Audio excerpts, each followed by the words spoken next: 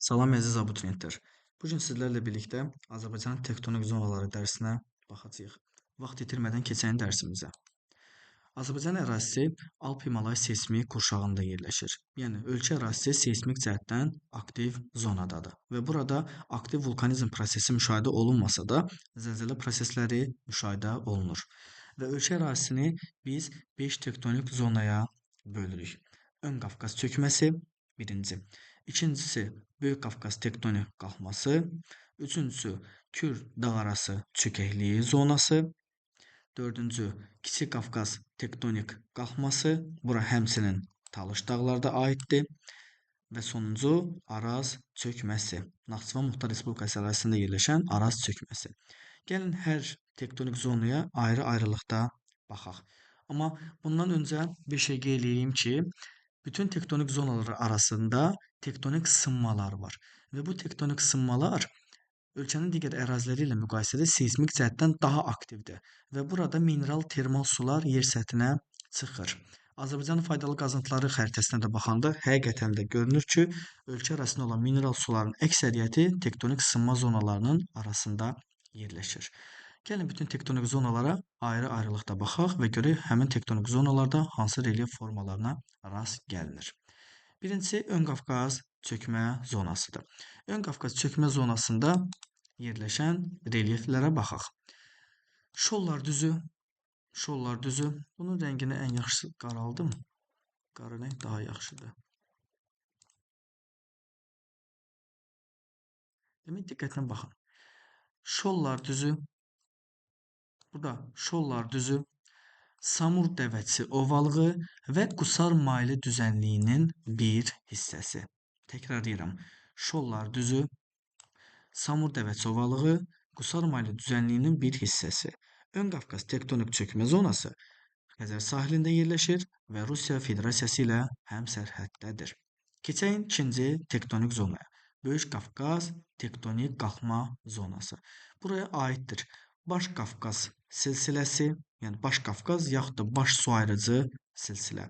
Daha sonra Sudur silsiləsi, Yan silsilə, Niyaldağ silsiləsi, Ləngəbi silsiləsi, Ələt tirəsi, Qobustan alçaq dağlığı, Abşeron yarımadası və Xəzər dənizi sahilində yerləşən Yaşma düzü. Yaşma. Təkrarlayaq. Baş Qafqaz silsiləsi yaxud da baş su ayırıcı silsilə. Burada Sudur silsiləsi, Yan silsilə, Qusar maylı düzənliyinin böyük bir hissəsi, Qusar maylı düzənliyi iki tektonik zonaya düşür. Kiçik bir hissəsi Ön Qafqaz çökməsindədir, digər hissəsi isə Böyük Qafqaz tektonik qalxmasındadır. Ayrıca Niyaldağ silsiləsi, Ləngəbi silsiləsi, Ələt tirəsi, Abşeron yarımadası, Qobustan alçaq dağlığı və Yaşma düzü Xəzər dənizi sahilində oldu Böyük Qafqaz tektonik qalxma zonası. Keçən üçüncü tektonik zona olan Kür dağarası çökmə zonaya. Buraya aiddir Qanıq Əyriçay vadisi, Qanıq Əyriçay çökəkliyi yaxud da Qanıq Əyriçay ovalığı. 1. Daha sonra Daş üz silsiləsi, Acınoğur düzü, Mingəçevir su anbarının şimalında olan Xocaşin silsiləsi, daha sonra Çobandağ silsiləsi, Ceyrançöl alçaq dağlığı, Palantökən silsiləsi, burada Kürçayının hər iki sahilində yerləşən Qarayazı düzü, Mingəçevir su anbarının cənubunda olan Bozdağ silsiləsi, Gəncə Qazax düzü, Gəncə Qazax düzünün yanında Hunan düzü, Qarabağ düzü, Cəyən İncə Hərəmi düzü. Daha sonra əlavə edirik Mil düzü, Şirvan düzü, Muğan düzü, Salyan düzü, Cənub-Şərqi Şirvan düzü və sonda Lənkəran ovalığı. Gəlin təkrar baxaq. Demək, burada baxaq.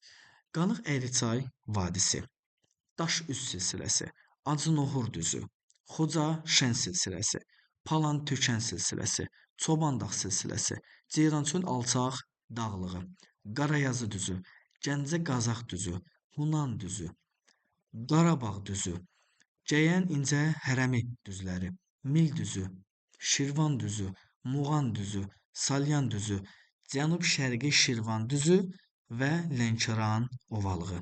Hər biri gedir Kür dağarası çökmə zonasına. Keçən 4-cü tektonik zona olan Kiçik Qafqaz tektonik qalxmasına. Kiçik Qafqaz tektonik qalxmasına aid olan ərazilər. Ermənistanın sərhəddə Murğuz silsiləsi, Şahdağ silsiləsi, Göyçə silsiləsi, Qarabağ vulkanik yaylası. Bunların hər biri Ermənistan Respublikası ilə sərhəddə yerləşir. Daha sonra Murovdağ silsiləsi, Qarabağ silsiləsi, Qubadlı rayonu ərazisində yerləşən Yazı yaylası. Davam edək. Naxçıvan Muxtar Respublikasında Dərələyəz silsiləsi, Zəngəzur silsiləsi, Naxçıvan arazboyu düzənliklərindən Gülüstan, Yayçı, Ordubad düzləri. Əlavə olaraq Talış dağlarını unutmaq olmaz. Talış dağlarından Talış dağları, yəni Talış silsiləsi, Peştəsər silsiləsi, Dizdoni silsiləsi və Burovar silsiləsi. Bunlar da gedir Kiçik Qafqaz tektonik qalxma zonasına.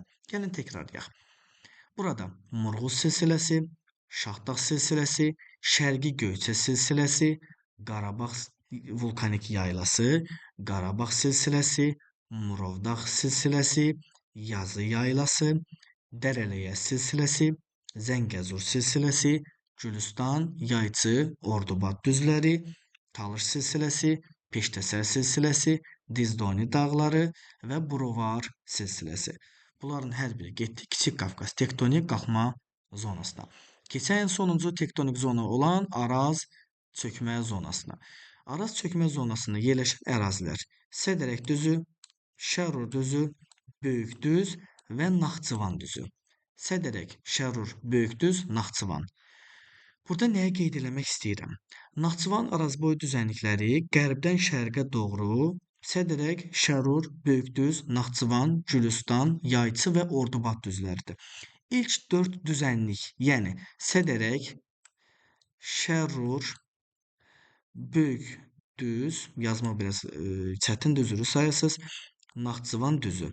Sədərək, Şərur, Böyükdüz, Naxçıvan. Bunlar gedir Araz Cavan platformasına yaxud da Araz çökməsinə. Gülüstan, Yayçı, Ordubad düzləri isə aiddir Kiçik Qafqaz tektonik qalxma zonasına. Bu günlük bu qədər. Növbəti dərslərdə görüşənədək.